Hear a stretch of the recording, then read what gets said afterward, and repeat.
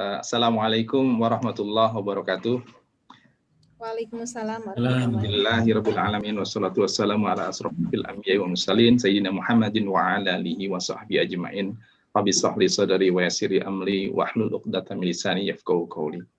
Bapak Ibu, di kesempatan yang baik ini, pertama tentu saya mengucapkan banyak terima kasih kepada Bu Aini dan tim DSN NUI Institute yang telah memberikan kesempatan kepada saya untuk bersilaturahim dengan para senior, para praktisi hukum yang tentu sedikit banyaknya akan juga bisa memberikan kontribusi kepada Sukuk ya dalam hal ini. Seperti yang kita tahu Bapak Ibu semua bahwa Sukuk dalam konteksnya produk investasi di pasar modal ini tergolong baru ya, tergolong baru karena dibandingkan dengan obligasi. Ala kulihal karena ini hal yang baru tentu banyak sekali ketidaksempurnaan mungkin bagi sama-sama kita semua untuk sama-sama saling memberikan input ya bagi kebaikan perkembangan pasar modal syariah. Sedikit saya memperkenalkan diri bahwa saya adalah Budi Suarsono, saat ini aktif di PT Mandiri Sekuritas sebagai investment di divisi investment banking.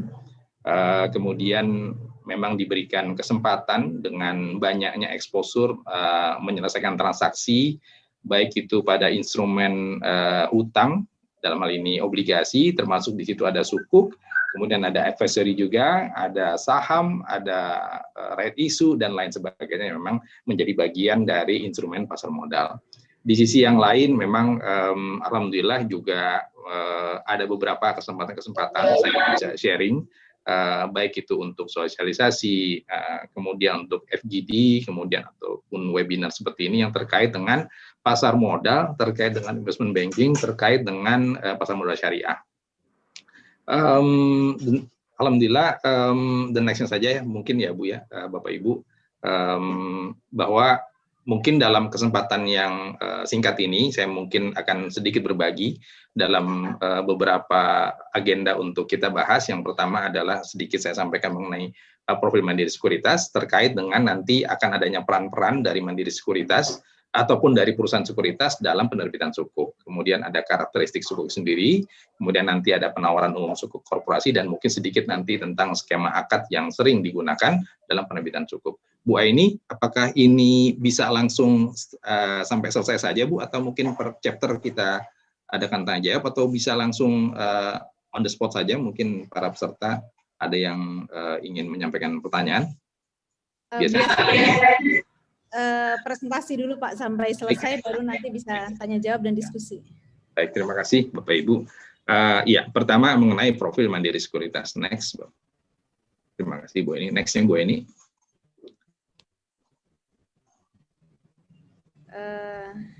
Ya, okay. Profil Mandiri Sekuritas.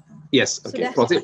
Profil Mandiri Sekuritas ini Bapak Ibu adalah perusahaan sekuritas. Perusahaan sekuritas itu tidak hanya Mandiri Sekuritas, ada yang lain semua. Sehingga ketika nanti perusahaan itu mau menerbitkan Sukuk misalnya ya, maka dia harus menggunakan perusahaan sekuritas. Nah, salah satu yang menjadi pertimbangan untuk bisa dilihat dari perusahaan sekuritas adalah bagaimana dia mempunyai track record-nya Bapak Ibu. Ya, itu bisa kelihatan dengan melihat historis dari penerbitan Sukuk ataupun penjaminan yang dia lakukan. Karena Sukuk ini adalah bagian dari proses penjaminan. Jadi perusahaan efek adalah perusahaan penjaminan.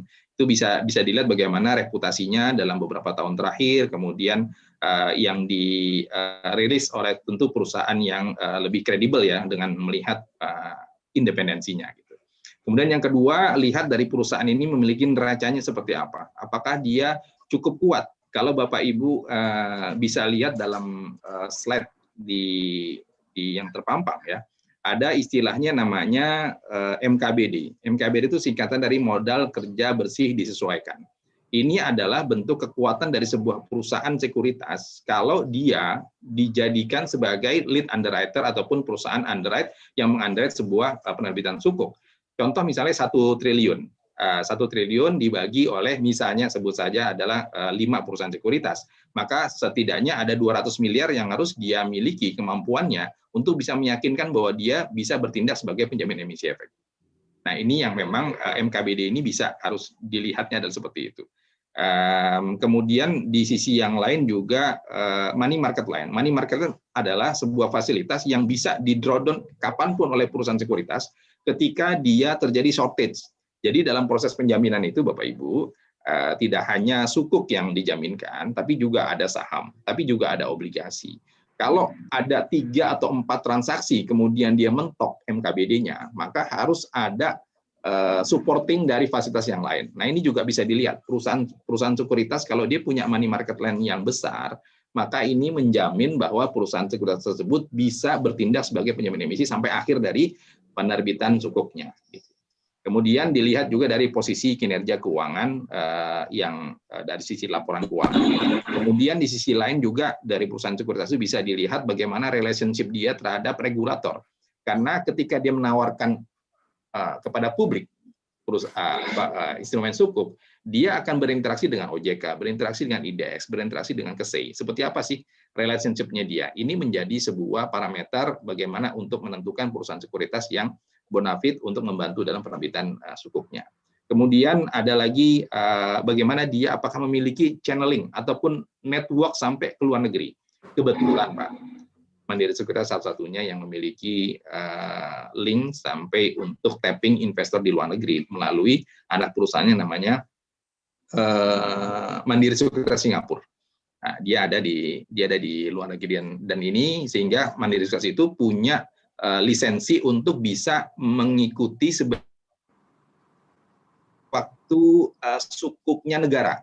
Jadi Mandiri Sekuritas itu sudah sepadan dengan perusahaan-perusahaan sekuritas asing yang besar-besar kayak Morgan Stanley, seperti CLSA, kemudian UBS, semuanya. Jadi kalau perusahaan-perusahaan yang besar itu bisa mengunderwrite sukuk negara, maka perusahaan lokal yang bisa setara mereka adalah ya Mandiri Sekuritas. Kemudian bisa dilihat dari penghargaannya. Kira-kira apakah dia diakui di lokal ataupun termasuk di luar negeri. Next-nya, ini satu slide lagi, saya boleh sampaikan, Bu, dikebawahin dikit. Ya, ini adalah dari profil Mandiri Sekuritas. Ke bawah lagi, Bu Eni, boleh? Ya, jadi kalau melihat dari perusahaan sebuah sekuritas, maka bagaimana perusahaan itu memiliki layanan yang secara komprehensif bisa memberikan satu atap, ya. Jadi dia bisa memiliki tim sales, ya, ini di bawah naungan dari divisi equity and debt capital market. Kemudian ada investment banking. Nah, di sini saya memang berada di investment banking, yang mana diberikan kepercayaan untuk mengembangkan Islamic financing, ya, termasuk private placement untuk yang Islamic financing. Kemudian di luar itu semua, yang paling menjadi kekuatan juga adalah bagaimana perusahaan sekuritas itu bersinergi dengan perusahaan yang asing yang bisa men-tapping investor dari luar, dan dia juga memiliki yang namanya asset management. Ini adalah the whole keseluruhan profil dari Mandiri Sekuritas bisa memberikan layanan yang one stop shopping tersebut. Oke, the next-nya adalah ini agenda utama yang akan kita bahas. Mungkin Bu Eni, next slide-nya, Bu.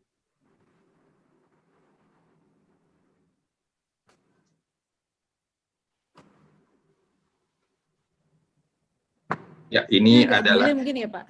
Iya, betul. Ini di Ya, kalau ini adalah pengalaman dari Mandiri Sekuritas untuk mengunderwrite sukuk korporasi, mulai dari perusahaan-perusahaan BUMN, ya, dari Wijaya Karya sampai kemudian Excel Axiata, perusahaan PLN, ini sukuk-sukuk yang dikerjakan selama tahun 2019 sampai 2020. Nah, next-nya.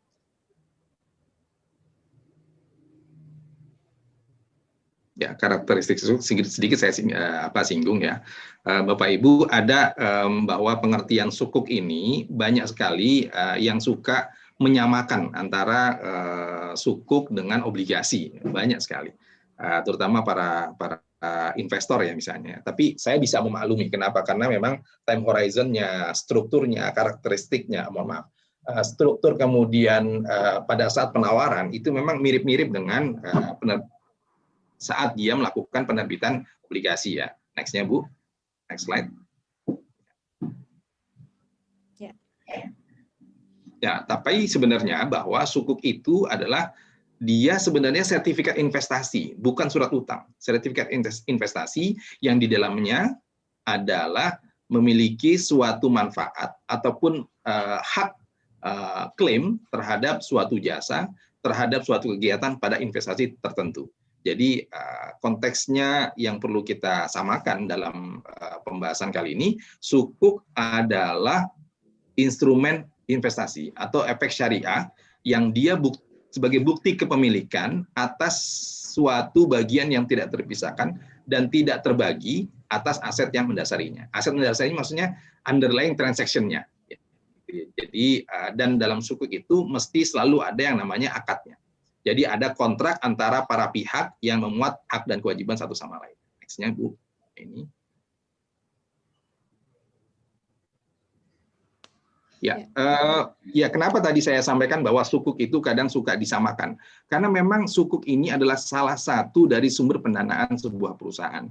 Kalau kita tahu bahwa sumber pendanaan dari sebuah perusahaan yang pertama adalah dari internal cash perusahaan tersebut atas laba yang ditahan, tapi ada juga dari sisi eksternal. Eksternal bisa berbasis equity base, berbasis dengan loan base. Di mana loan base ini salah satunya adalah di situ ada MTN, ada sukuk, ada obligasi. Jadi sukuk itu adalah sebagai sumber pendanaan sebuah perusahaan, di mana dia masuk dalam kategorinya adalah utang, gitu ya. Jadi tidak ada yang mungkin tidak terlalu dipersalahkan ketika investor menganggap bahwa ini adalah surat utang, karena memang dalam konteks sumber pendanaan bahwa sukuk itu memang dikenal sebagai sumber pendanaan bagi perusahaan yang berbasis utang, berbasis loan. Salah satunya yang bisa dijadikan parameternya adalah bagaimana rasio dia terhadap utang dia terhadap modalnya. Kemudian bagaimana sumber pengembalian dari dananya. Jadi beda dengan equity. Kalau equity itu yang disampaikan adalah bagaimana dia akan menciptakan pendapatan di kemudian hari. Sedangkan kalau yang berbasis surat utang, bahwa instrumen itu bagaimana dia akan mengembalikan dana yang telah diterimanya sebelumnya. Jadi sukuk itu adalah instrumen investasi yang dia harus mengembalikan secara pokok maupun imbal hasilnya. Nah, kalau berbeda yang dengan yang tadi, kalau yang berbasis ekuitas dia tidak mengembalikan, ya, tapi bagaimana dia bisa menciptakan sebuah harapan bahwa di kemudian hari dia akan mendapatkan dividen ataupun manfaat dari kenaikan sahamnya. Next-nya Bu ini.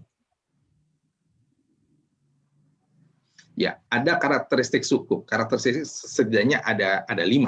Yang pertama adalah dia sebagai bukti kepemilikan. Dia bukan surat utang. Yang kedua adalah dia harus bersih dari hal-hal yang non halal.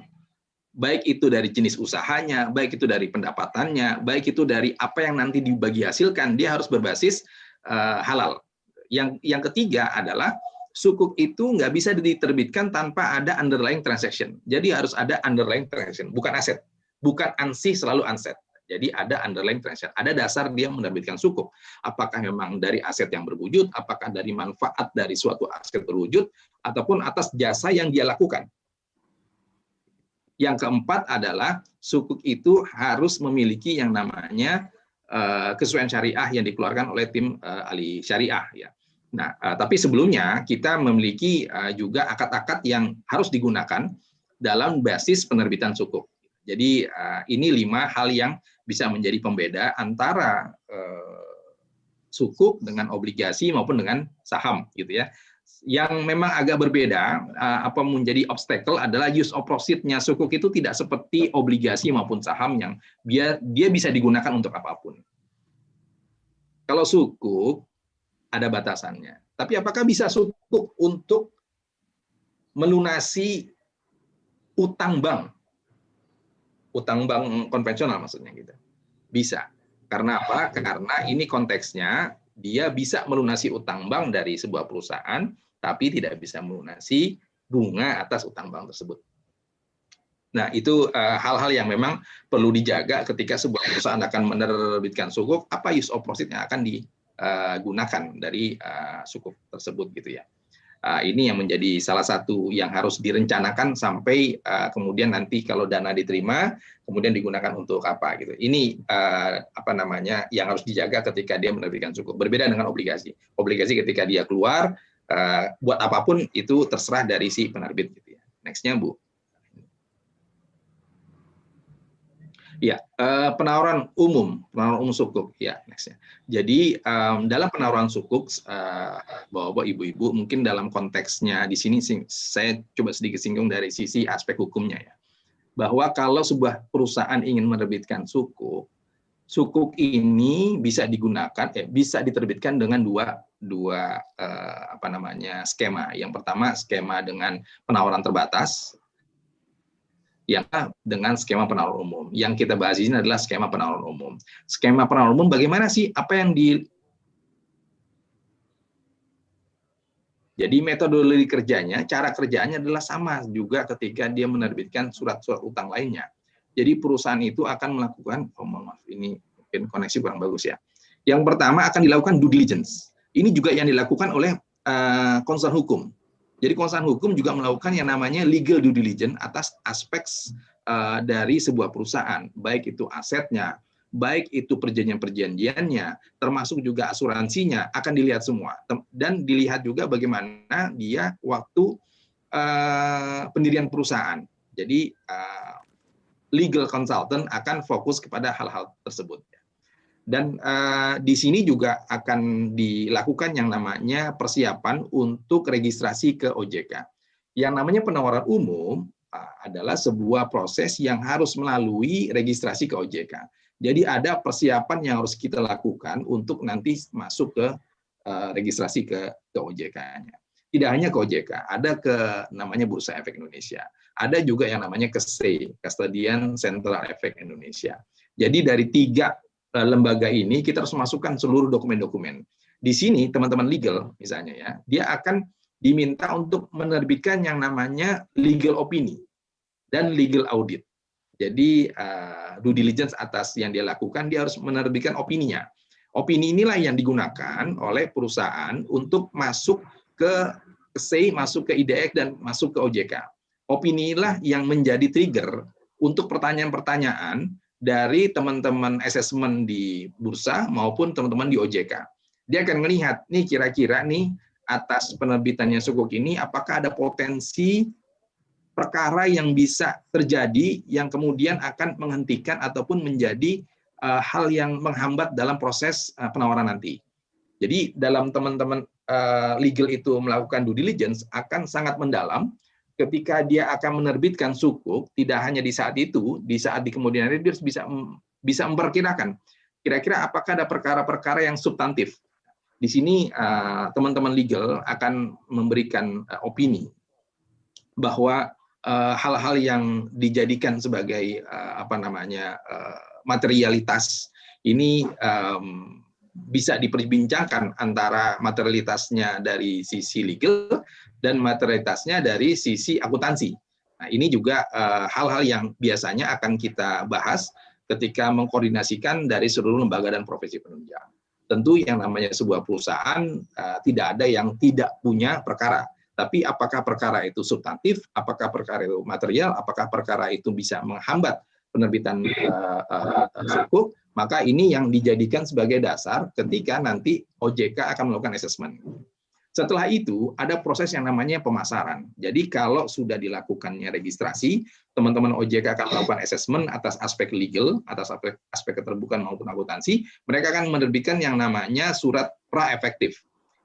Surat pra-efektif adalah surat yang memberikan kesempatan kepada para underwriter untuk menjual sukuknya kepada investor-investor yang dia miliki. Ini ada proses yang namanya pemasaran, di mana di sini kita akan melakukan yang namanya public expose, investor gathering, kemudian ada proses yang namanya book building. Book building itu adalah bagaimana kita men-tapping para investor dengan memberikan range.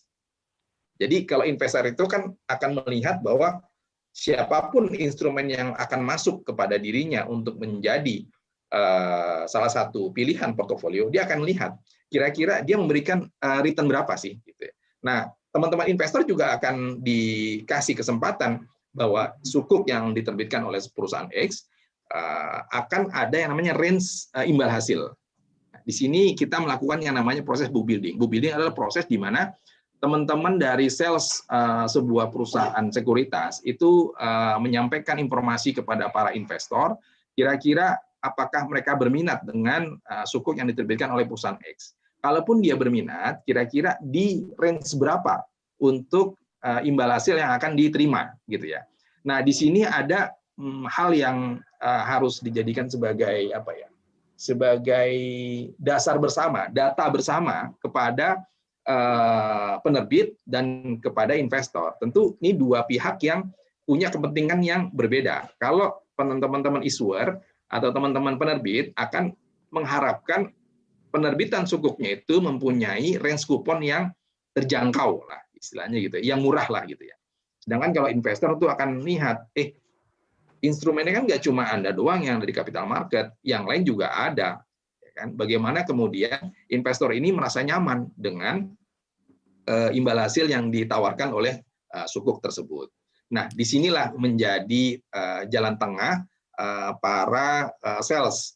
Dia akan memberikan pertimbangan-pertimbangan, ini loh Pak, kalau di instrumen yang X dengan rating ini, Bapak mendapatkan imbal hasil ini. Sedangkan kalau sukuknya, kita sebut saja sukuknya PLN, ini adalah perusahaan BUMN yang pasti akan digaransi, dia tidak akan mungkin default, dia tidak akan mungkin jatuh bangkrut sepanjang memang negara itu masih ada, maka bisa dong dijadikan sebagai dasar, ini pasti akan dikembalikan dananya. Seperti tadi saya sampaikan bahwa ketika perusahaan itu akan menjadikan instrumen sukuk itu sebagai koleksi dari portofolionya, maka dia akan melihat kira-kira ini potensinya seperti apa untuk dana itu kembali. Nah, setelah nanti ada pemasaran, akan ada yang namanya struktur final atas sebuah instrumen sukuk. Sukuk yang tadinya di awalnya diterbitkan, misalnya di saat book building itu disampaikan misalnya range kuponnya itu 9 sampai 10 per annum, ya, ekuivalen, mohon maaf saya sebutkan, ekuivalen imbal hasilnya 9 sampai 10%. Maka akan dijadikan sebagai satu single pricing. Apakah misalnya menjadi 9,5 atau mungkin 9,75 ataupun berapapun itu. Nah, dari situlah data akan kita masukkan dan kita sampaikan lagi kepada OJK. Nah, teman-teman legal, consultant, ataupun dari yang di aspek hukum, juga memberikan opini atas seluruh dokumen yang akan masuk ke registrasi yang ketiga ini.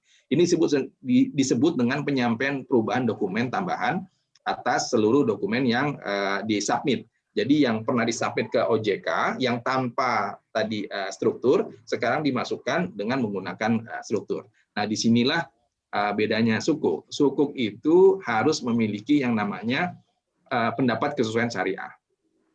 Jadi dari total keseluruhannya itu, dokumen-dokumen yang akan masuk ke OJK, dia harus berbeda dengan obligasi yang namanya pendapat kesesuaian syariah. Kalau itu sudah selesai, maka ini berikutnya adalah kita melakukan penawaran umum yang disampaikan kepada publik. Ini seakan-akan sebenarnya investor sudah kebentuk, Bapak Ibu. Jadi ketika investor sudah kebentuk, kemudian dia akan melakukan eksekusi dengan memasukkan dananya di saat sedang penawaran umum. Jadi sebenarnya dana itu akan berpindah, dana itu akan baru masuk ke rekeningnya perusahaan efek itu di saat masa penawaran umum. Ketika nanti dana itu sudah dikeluarkan dan masuk ke perusahaan yang menerbitkan sukuk, proses ini boleh dibilang sudah selesai. Tinggal hanya sekitar 5% penyampaian atas hasil dari penawaran umum kepada OJK dan kepada otoritas jasa keuangan. The next-nya, Bu Eni, slide-nya. Boleh berpindah, Bu. Tadi ada yang mengangkat tangan, Bu. Oke. Delay. Baik. Ya, sebenarnya ini adalah kalau penawaran umum sukuk ini melibatkan seluruh pihak. Dalam arti ada lembaga dan profesi penunjang. Jadi tidak hanya si penerbit, tidak hanya perusahaan efek, ya, tapi juga ada pemerintah. Ada konsultan hukum yang tadi sudah saya singgung banyak tentang ruang lingkupnya. Ada wali amanat. Wali amanat ini adalah pihak yang mewakili investor untuk bertindak ketika dia akan menerima imbal hasil, ketika dia akan menjadi kalau mau menerbitkan, kalau mau menyelenggarakan RUPO misalnya atau RUPS, rapat umum pemegang sukuk, dia yang menjadi perwakilan. Ya. Jadi ada kalau dalam instrumen dari surat utang selalu ada wali amanat, adalah pihak yang mewakili dari para investor. Selainnya itu ada akuntan publik, ada notaris, ada tim ahli syariah yang memberikan pendapat kerusakan syariah. Nextnya Bu Aini.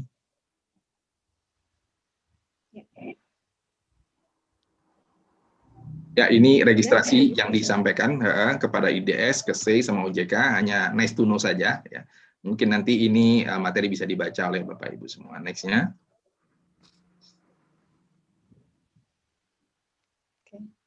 Oke, ini sebenarnya sudah saya singgung ketika di awal tadi, bahwa proses keberhasilan dari sebuah penerbitan sukuk itu tidak serta-merta ketika dia di-underwrite oleh perusahaan yang bonafit ya misalnya, atau perusahaan sekuritas yang besar yang punya kekuatan dana yang cukup baik, tidak menjadi jaminan bahwa kemudian sukuk itu menjadi berhasil, sukses. Enggak.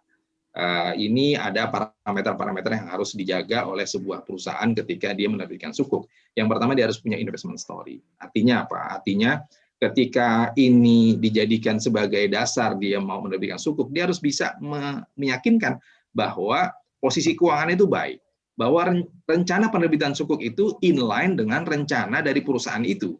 Jadi saya pernah Bapak Ibu, ada sebuah case di mana ketika dia menerbitkan surat utang, ini obligasi ya, instrumen obligasi. Ketika dia menerbitkan surat utang, rupanya dananya itu digunakan untuk dibelikan kendaraan para direksi. Ini jadi isu yang kurang baik. Jadi memang ketika dia mau menerbitkan sukuk, dia harus bisa inline dengan rencana penggunaan dananya ini. Jadi investment story itu harus dibentuk. Dia digunakan untuk apa? Bisnis modelnya seperti apa? Kenapa dia harus menerbitkan sukuk? Di tahun kesekian dia harus perlu dana sekian karena memang untuk pengembangan pabrik misalnya. Hal-hal yang seperti ini yang harus diangkat dan dibuka dan disampaikan kepada para investor. Selain ya tentu dari sisi manajemen. Manajemen ini tentu yang namanya sebuah perusahaan ya, itu selalu akan dilihat behind the scene. Oke, ada yang interrupt? Oh, nggak ada Bu Yeni. Lanjut Pak. Ya, ada yang bertanya. Oke. Ya, yang berikutnya adalah marketing structure-nya, ya, marketing structure dan marketing programnya. Bagaimana kalau perusahaan itu akan menerbitkan sukuk? Kan kalau penerbitan sukuk itu harus ada tenornya, Bapak Ibu. Ya, tenornya 3 tahun, 2 tahun, 5 tahun, 7 tahun, dan masing-masing tenor itu punya segmentasi dari investornya. Jadi tenor-tenor itu punya segmentasi investor. Misalnya kita sebut saja bank. Bank itu dia buat jangka panjang, ya, buat 3, 5, dan 7 tahun. Kemudian asset management itu jangka pendek untuk 1 dan 3 tahun. Kemudian untuk dana pensiun misalnya, ini asuransi misalnya, mereka selalu mengambil time horizon yang panjang. Jadi marketing program ini adalah bagaimana kita bisa men-tapping kira-kira nih investornya kita menyasar yang mana nih gitu. Untuk kita bisa mengenerate struktur penerbitan sukuk itu sesuai dengan objek dari investor yang kita miliki. Jangan sampai ini untuk yang jangka pendek, sementara kita nggak punya banyak investor yang minat terhadap sukuk tersebut, ataupun nggak punya banyak investor yang dari asset management. Ini juga hal yang harus kita pertimbangkan. Kemudian yang terakhir adalah timing. Timing ini penting. Misalnya, saya sebut saja bahwa di 2021 ini, kami punya pipeline yang luar biasa membludak. Ya, karena timing ini para issuer ini melihat bahwa COVID akan berakhir, sehingga dia sudah mulai bergegas untuk menyiapkan dananya. Jadi kalau kami di pipeline di Mandiri Sekuritas ini sekarang sedang peak-nya nih, jadi sedang tinggi-tingginya gitu ya. Jadi timing ini penting. Artinya kalau nanti masuk sukuk itu ke capital market, sebuah perusahaan harus bisa mempertimbangkan kira-kira dia akan masuk melawan dengan siapa sih. Kalau sukuk-sukuk yang besar-besar ya yang akan masuk ke PLN, kemudian yang lazim juga perusahaan-perusahaan financing, ini jangan sampai kita ngelawan. Artinya kita harus lihat ceruknya. Kalau di bulan Juni ini nanti akan full, banyak yang keluar, kita bisa lebih awal. Bisa keluar di bulan Maret, atau mungkin setelahnya di bulan September atau di bulan Agustus gitu ya. Ini timing-timing yang biasanya kami akan memberikan yang namanya market update kepada para issuer untuk bisa memberikan guidance kira-kira kapan ini akan terbit gitu ya. Next-nya Bu Eni. Nah, ini adalah penawaran umum berkelanjutan di mana sukuk ini punya kesempatan untuk dia diterbitkan dalam sekali registrasi untuk men-tapping investor selama 3 tahun. Ini ada program OJK yang namanya penawaran umum berkelanjutan. Next-nya Bu Eni. Ya, ini adalah proses dari kalau yang tadi di awal saya sampaikan bahwa dia harus masuk OJK, kemudian ada assessment gitu ya. Nah, kalau untuk yang penawaran umum berkelanjutan adalah penawaran umum yang dimungkinkan oleh OJK kepada para issuer itu untuk masuk tanpa harus melalui registrasi yang pertama. Jadi seakan-akan ini kalau mungkin Bu Eni sudah familiar ya bahwa ini prosesnya masuk di registrasi yang kedua. Jadi sudah melewati registrasi yang pertama, kita masuk ke registrasi yang kedua. Konteksnya dari persiapan di sini adalah kita ini boleh langsung melakukan book building. Jadi dari total dana yang akan kita peroleh, dari total issuance, dari imbal hasil yang akan kita kita janjikan, semuanya kita masukkan ke dalam informasi tambahan untuk masuk ke OJK. Jadi prosesnya praktis di sini hanya sekitar 1,5 sampai 2 bulan. Beda dengan kalau registrasi yang pertama bisa sampai 3,5 dan 4 bulan. Ini sekali lagi relaksasi yang diberikan oleh OJK kepada para issuer untuk bisa men-tapping investor tanpa harus melalui waktu yang panjang untuk melakukan registrasi seperti registrasi yang pertama. Next-nya.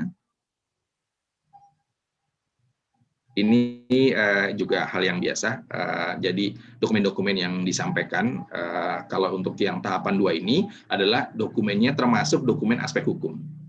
Yang tidak dimasukkan, yang dikecualikan di sini adalah hanya aspek akuntansi. Jadi kita tidak perlu melakukan registrasi dengan dokumen audit laporan keuangan, tidak perlu.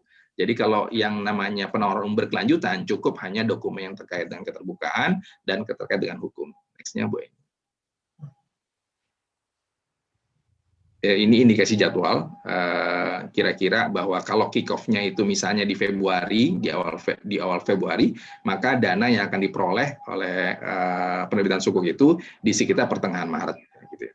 Jadi ada proses-proses yang harus dilakukan, mulai dari kick-off, kemudian penentuan kisaran kupon, penawaran awal, sampai kemudian nanti ada signing registrasi seluruh dokumen sebelum masuk ke OJK, dan OJK akan menerbitkan yang namanya konfirmasi verbal. Mohon maaf, OJK akan menyampaikan konfirmasi verbal bahwa ini bisa dilakukan peran umum gitu ya, bisa silakan untuk melakukan peran umum gitu. Jadi mempersilahkan kepada perusahaan untuk melakukan peran umum. Next-nya.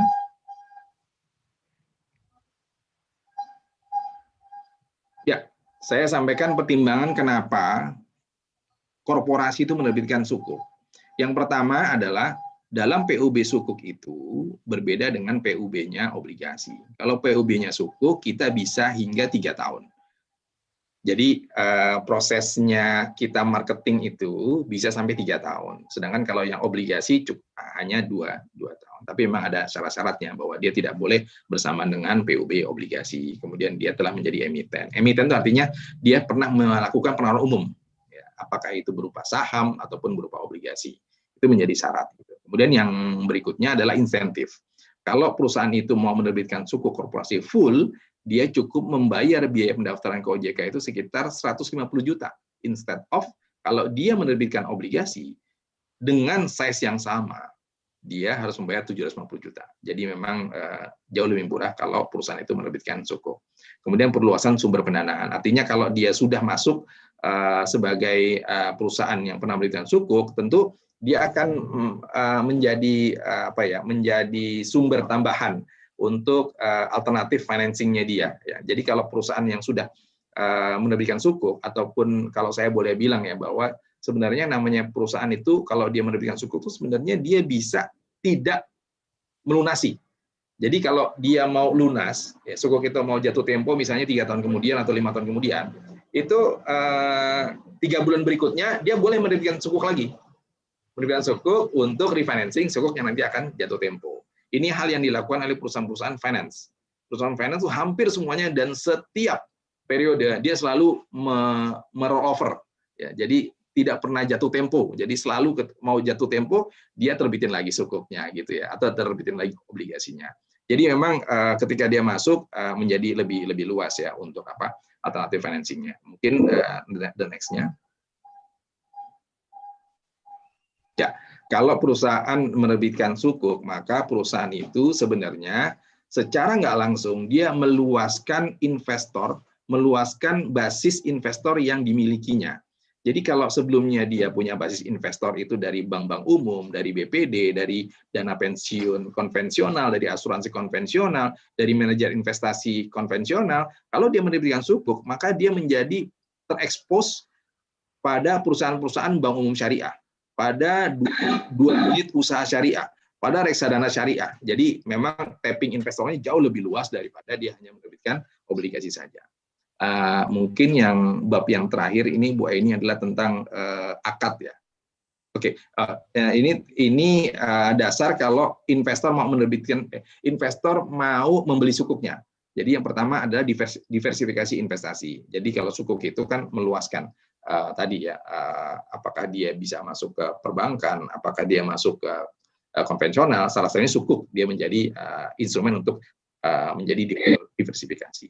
Kemudian yang berikutnya adalah terpilihnya modal investasi. Jadi kalau Bapak Ibu pernah mendengar bahwa di 2020 itu investor saham itu semua lagi sedang anjlok ya, beda dengan investor sukuk. Dia selalu terpelihara modal awalnya, tidak seperti saham. Saham itu modal awalnya bisa tergerus. Kemudian dia pendapatannya pasti. Kalau yang si sukuk ini pendapatannya pasti. Ada manfaat pajak, di mana kalau dia beli itu beda. Kalau nabung kan 20% ya, Bu Eni ya. Sukuk, dia cukup membayar 15% saja. Artinya memang ada benefit 5%. Kemudian sukuk itu punya dasar penerbitannya. Artinya dia jauh lebih senior daripada obligasi karena dia harus punya underlying transaction gitu ya. Kemudian ya tentu ada beberapa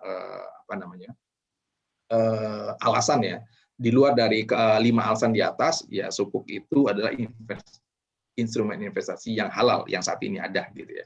Jadi memang kehalalan ini adalah bagian dari kepuasan dari si investor.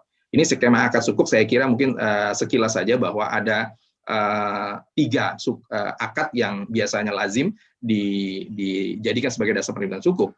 Kalau yang istisna, kafalah, musyarakah ini adalah sebenarnya akad-akad yang diakui oleh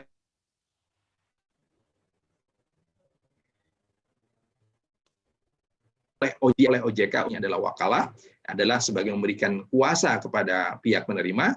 Kemudian mudorobah adalah atas objek dari sebuah baik itu pendapatan dari sebuah perusahaan maupun atas sebuah objek proyek ya, atas sebuah proyek. Kemudian yang paling sering dijadikan sebagai dasar adalah ijaroh, di mana ijaroh ini adalah dia hanya mengalihkan manfaat, tidak asetnya. Jadi atas aset yang dimilikinya tercipta manfaat itulah yang dialihkan. Mungkin itu Bu Aini sedikit tentang akad ini. Kalau di bawah ini adalah penjelasan secara rinci bagaimana akad-akad itu dijadikan sebagai dasar untuk penerbitan. Terima kasih. Mohon maaf. Assalamualaikum warahmatullahi wabarakatuh.